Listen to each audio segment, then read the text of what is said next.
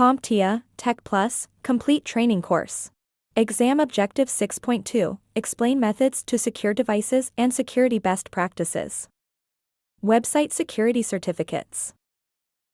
To begin this video segment, let's discuss what a website security certificate is. You can think of a certificate as a digital ID card for a website. Just like you need identification to verify who you are, websites need certificates to prove their authenticity and ensure secure communication.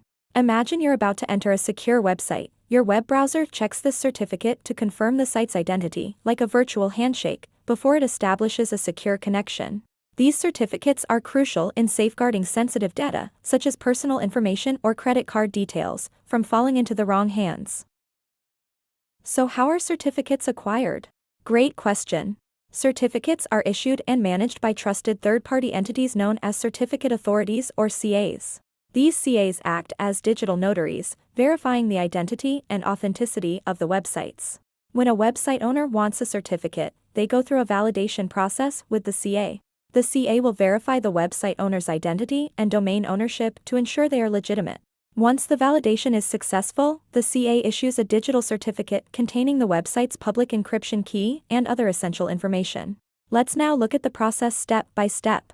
Just keep in mind I will be presenting you with a simplified version of this process that is appropriate for the Tech Plus certification exam. Okay, step 1, the CA issues a certificate to the server. Next, a client will request identification from a server. The server will then send its certificate and a public encryption key.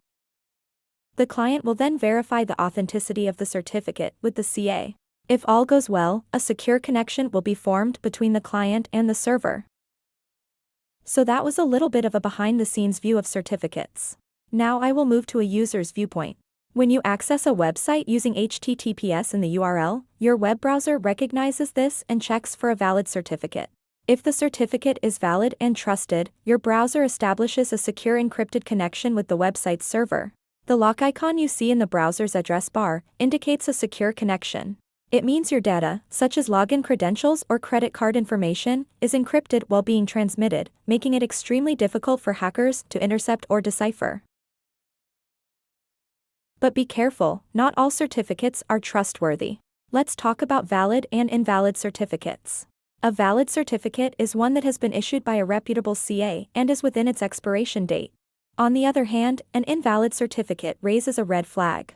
This could happen if the certificate has expired, the website's domain name doesn't match the certificate, or the certificate was issued by an untrusted or unauthorized CA. When you encounter an invalid certificate, your web browser will display a warning message to protect you from potential security risks. In such cases, it's best to avoid proceeding to the website.